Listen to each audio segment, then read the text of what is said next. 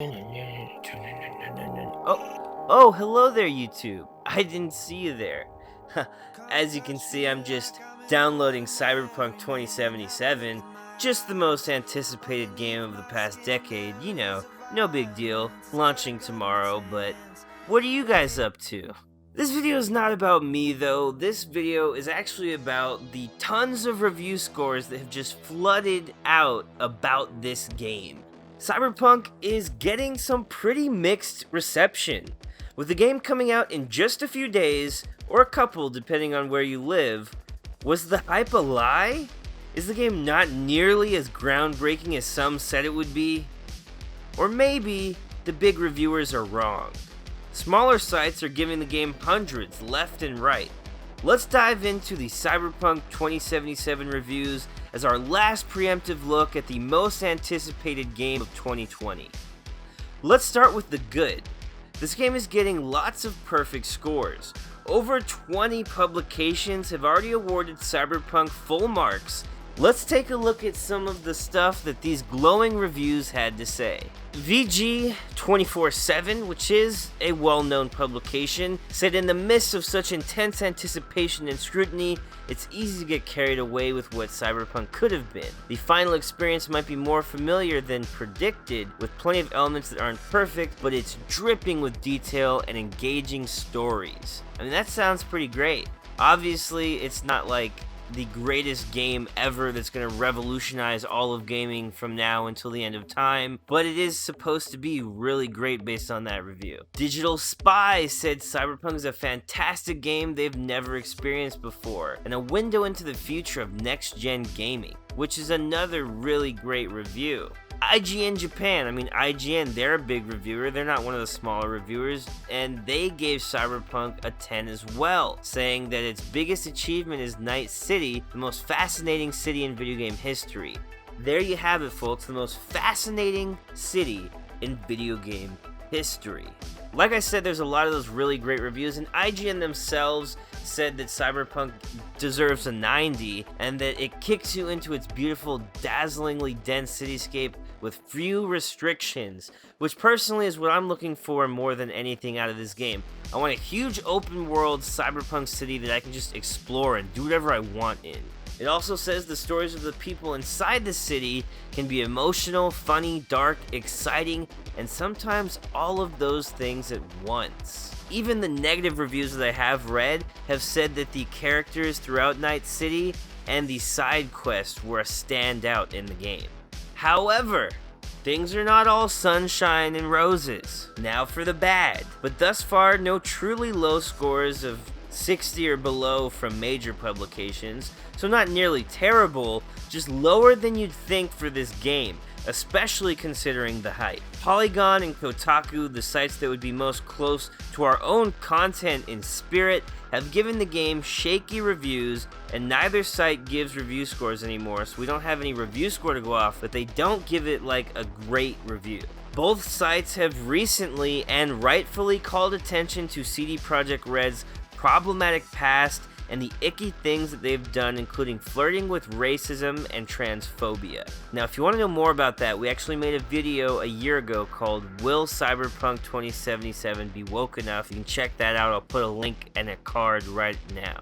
Now, that racism and transphobia seems to be something that may have made it into the game a little bit, and some of the depictions of minorities and members of the LGBTQ+ were described as stereotypical and dehumanizing. Beyond the political and moral judgments, however, the game is also described as, well, just a game for one, which is almost shocking considering how much pressure has been built up in anticipation, but also buggy as all hell, and not necessarily the most engaging thing. Gamespot's review has been stirring up, I think, the most controversy because they only gave the game a 7 out of 10, and under the bad, they list that there isn't much to do that's meaningful, superficial and edgy, the incorporation of different cultures and backgrounds is wildly inconsistent, from good to inaccurate to downright offensive. That's not great. One thing that stood out to me was that in one side quest, they use the word ofrenda as if it means funeral when it's a particular kind of altar primarily for Day of the Dead. Yeah, now I'm Latino, I'm Mexican, so I know what an ofrenda is. You put up pictures of your deceased loved ones as well as their favorite foods and other things to give tribute to them so that their spirits may visit you on that day. And it is a little offensive, but more so disappointing that they seem to have gotten that wrong.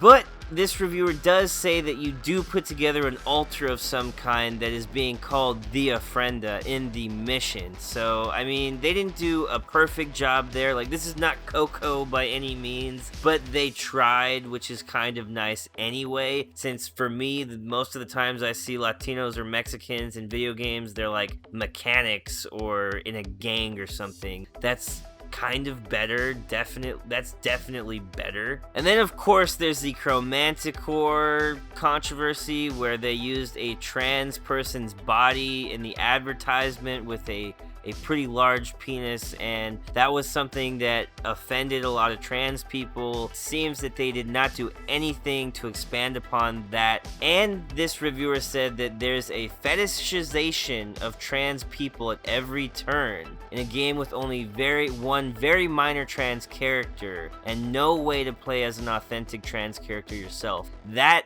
really is disappointing because they included the option to give yourself whatever genitalia you want with whatever gender you want. I was expecting there to be some kind of like trans theme in the game, or at least, you know, tie in with the transhumanist kind of theme that is going on, but it seems like there is not as much of that as one would hope. They complained that a lot of Cyberpunk doesn't feel essential and there's a lot of things to buy and do and see, but it's almost tedious in their description. For me, I love really huge open world games with like minutia details, so that's something that I don't think I'm gonna mind as much, but this person didn't enjoy it. And of course they mentioned the bugs, because they say in this review that there was a bug on every mission that they went on, which is not great, because a bug on every mission, and this person says they got a patch to play the game. It was updated with a patch, but it still had a lot of bugs. Now that might not have been the day one patch, but that doesn't say good things about the performance issues that we're all expecting at this point. So they end the review by saying it's hard to get into Cyberpunk 2077's world in general. So much of it is superficial set dressing, and there's so much happening all around you, ads going off at all times, gunfights breaking out in the streets, texts coming in about cars you'll never buy. Well, I'm gonna buy those cars. I don't know about her, but I'm gonna buy them. There's a lot of the game that feels superfluous. The side quests and the characters they showcase are the shining beacon through the neon-soaked bleakness of Night City, and they give you room to explore the best of the core RPG mechanics that they have to offer.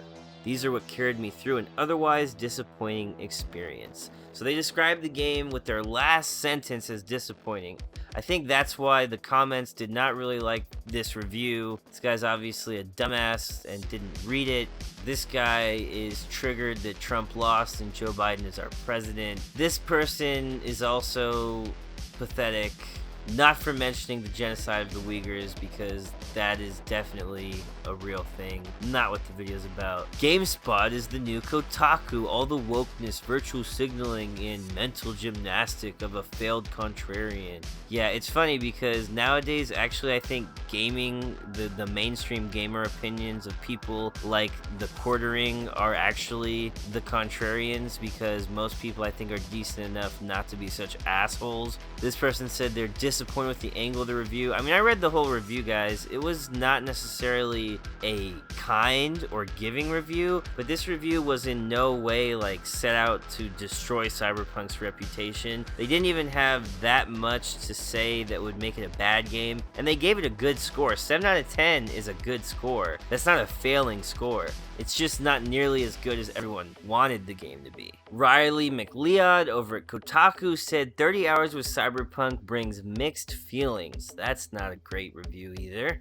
Much of what I've seen has been a turnoff, a sign of a game that might be desperate to be edgy. That speaks to kind of an immature and almost like abrasive attitude the developers went into this game with. They mentioned the fact that the game included crunch. Again, Polygon and Kotaku have been talking a lot about things that Cyberpunk and CD Projekt specifically have done badly, including the things about trans people in the ads, including crunch, including, offensive depictions of minorities. And those are all things that are very important to call studios out on, and I completely support them. I was actually going to do a video that was kind of going over the transphobia and stuff. Let me know in the comments if that's something you'd be interested in watching. Kotaku also links to this article that talks about some of the other kind of offensive, stereotypical things they put in the game, such as the Valentinos, which is the Hispanic gang. And yeah, it's kind of just, like I was saying, more of what you would expect people, more of the negative stereotypes you'd expect people to kind of paint Latinos and Latinx people with. The Tiger Claws, which is the Asian gang in the game, kind of seems a little offensive, and yeah, that's definitely a little stereotypical right there. These are all things that we're aware of already. It's important to bring those things up because as a minority gaming channel here at Higher Level Gaming, we're always going to be coming at it from that perspective. So if you don't really like us mentioning those things, I'm sorry, but that's our job here on YouTube. Kind of one of the only people who calls out these kinds of things and really pays attention to the racist things that happen in the games industry.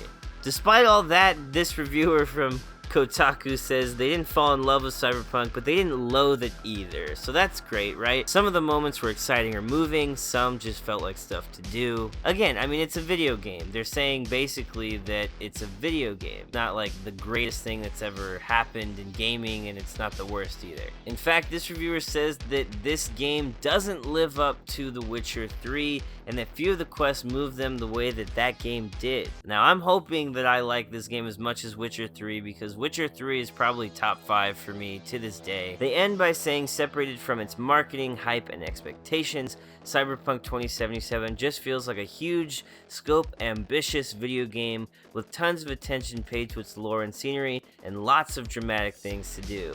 Not the best game I've ever played, as many fans seem to hope it will be. They also said, despite the controversy that swirled around it and its own missteps, it hasn't yet inspired me to immediately consign it to the trash heap of retrograde video game shit. That was just such a bold line. I was surprised after all of the changes that have happened at Kotaku over the past couple years. I was surprised to see that they kind of still have their backbone a little bit. Yeah, got a lot of respect for Kotaku. They bring up some good points. Carolyn Petit at Polygon says Cyberpunk 2077 is dad rock, not new wave. Polygon says, thankfully your character's gender is not tied to your choice of genitals. You can create a dude with a vagina or a lady with a penis, and that's no problem. But because of everything else about how the game handles trans identity, this hardly feels like a progressive step it should be. Rather than just letting you pick your pronouns independent of all your other character creation choices, your pronouns are assigned based on your selection of voice. This Polygon reviewer says, as a trans woman with a voice that many would not describe as feminine, this direct linking of gender identity to having a voice that sounds masculine or feminine feels weirdly essentializing. So basically what they're saying is it would have been nice if they had some voices for the actors that were less typical of a cis person. It would have been nice if, since they were allowing you to create a trans character, they had a trans man who could come in and do voice acting for the game as V, and it would be nice if they also had a trans woman who could come in and do voice acting for V as well. That would have made them feel a little more represented in the game, which is a fair point, but I also have to say, regardless, this is extremely progressive, and this is something that, to my knowledge, no other mainstream video game has ever done before, so you can't take credit away from CD Projekt here. They're doing something good for trans gamers by thinking about them and including them in the first place. But again, unfortunately, the game dehumanizes trans identities, which is something that a lot of these more liberal reviewers were saying. Oh, it's finished installing, yes.